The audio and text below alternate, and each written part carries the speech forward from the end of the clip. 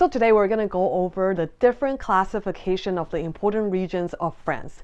To warn you guys first, this is going to get geeky and it's going to get confusing. If you're looking for super basic information, I invite you to skip right over this video right now. But if you really want to get to know more of how French wine is classified and understand all the confusion so you become a better, more knowledgeable wine drinker, get your paper and pen ready. We're going to get geeky today. So we're going to talk about different classification. One of the things that is so hard for most people to understand French wine, besides the fact that it's in French, besides the fact that a lot of the time the label doesn't give you too much information, also adds to the confusion that every region have their different classification system and it gets very confusing. And I wanted to do this more geeky in-depth video because earlier in a video series I talked about how Burgundies are ranked. Then I started talking to a couple of my clients and I realized there might be a little bit of confusion and people might think that this is how classifications done everywhere. In fact, it's not. So let's get to it. Today we're going to focus mainly on three big areas of France: Bordeaux, Burgundy, and Champagne. And in Bordeaux, we're going to divide it into 4 sub-regions because they all have their different classification system and they're all very important one region of France. We're going to start with the easy one first and get it out of the way. We're going to talk about Burgundy and Champagne. So Burgundy, I have talked about in my previous video. They rank based on the terroir, the vineyard. So they give ranking to the actual vineyard. They have their individual vineyards that is not technically classified, and then they just have 2 tiers that you need to remember. The number 1 tier is called Grand Cru, and the second tier is called Premier Cru. Easy to remember, right? So if you ever see Grand Cru on Burgundy, best. Premier Cru, second best. Easy to remember. And the same applies to Champagne. Champagne are also classified by Grand Cru being the best and then Premier Cru being the second best. So these 2 are easy. But it gets complicated when we come into Bordeaux. Bordeaux, we're going to talk about 4 different areas. We're going to start with the Murdoch and Graf, which is the left bank, which is the wine that most people see because it's just huge production internationally and very highly thought after by wine collector because all the first growths are in there, all the classified growths are there. So people understand this region a little more than other region of Bordeaux. So we're going to start there. On the left bank, in the Medoc and Graf region, there's a classification system that was established back in 1855, separating them from first, second, third, fourth, and fifth growth. So think about it in 5 different levels. But very different here compared to Burgundy and Champagne is the classification are given to individual winery, not to a piece of land. So over here, the Grand Cru being the best and Premier Cru being the second best are being awarded to specific part of land that's proven time and time again to produce the best grape, and that's why they're given classification. Over here, it was originally established to give it to the individual chateau, and over the last 150 years, there are certain chateaux that have bought land and sold land and added land and get rid of land. So it's not based at all on a certain region of the Latin Bordeaux, but entirely out of quote-unquote the reputation of the winery. But it was established way back when, and it was established in the beginning based on how expensive the wine was. So it's a really interesting system. And what's even more confusing is in English here in the US, we call it the first, second, third, fifth, and growth, fifth growth, which is very easy for us to pronounce and understand. But in French, the first growth is called Premier Cru. So that's very confusing because the first growth in the left bank is called Premier Cru. We're here in Burgundy. Premier Cru is the second tier, the second after the best, following Grand Cru.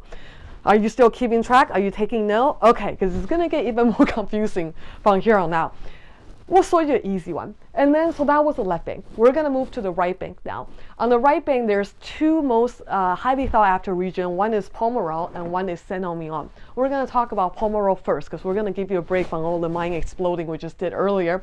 Pomerol, really easy. It's a tiny, tiny region. So there's no ranking. There's absolutely no classification in this region at all. But the cool thing about it, because it's so small and there's some really high-end wine that came out from the region, it created its own cult. And each bottle will cost you $3,000 or more.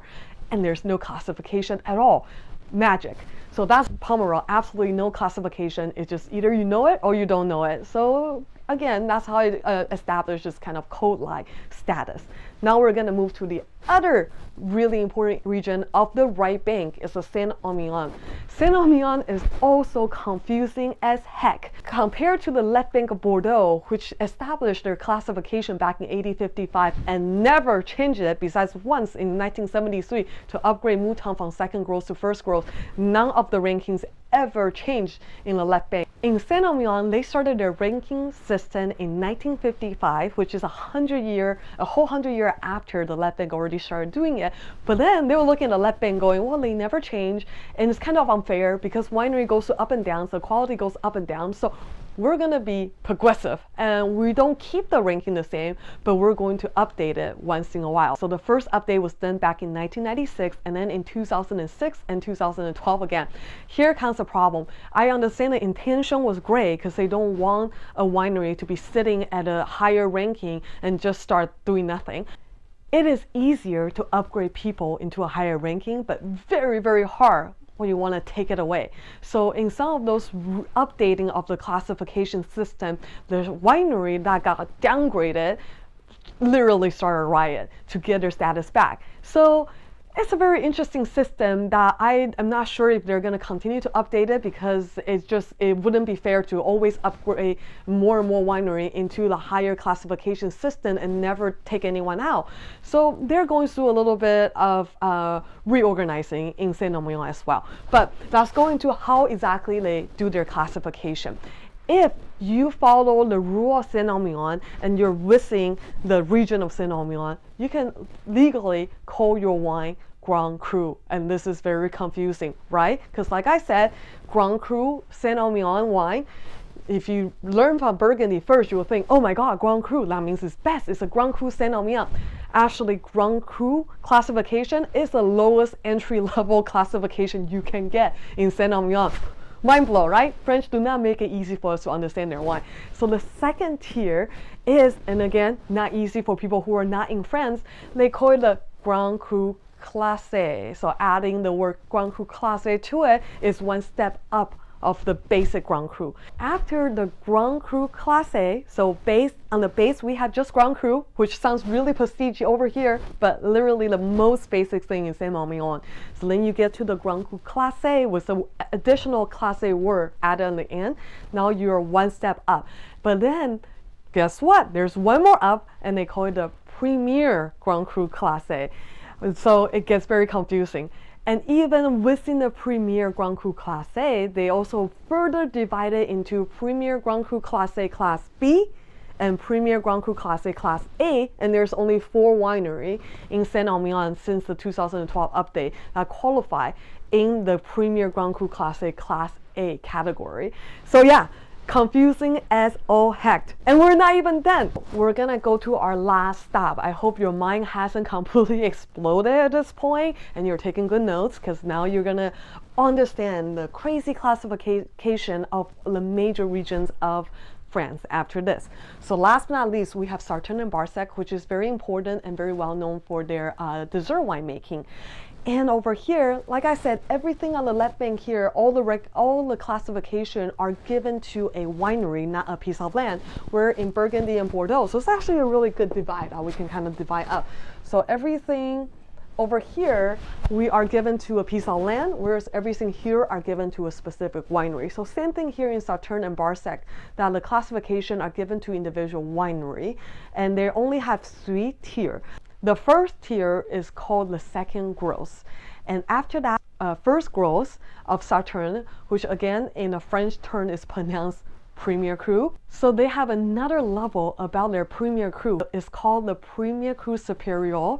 So it's the superior first growth. And the crazy thing is there's only one winery in that classification of its own, and that is the famous Chateau Yquem. So that is kind of how all these different regions have their own classification. I hope you have taken great notes, and if you learned something and you find this video useful, please hit that like button or share it with your friend. If there's any other additional question, feel free to leave a comment below, and don't forget to subscribe to my mailing list on angiesom.com, where you'll get weekly update on all the wine videos I made and periodically some of the best wine deals you will find in the country. Thank you so much for watching. Drink and live passionately.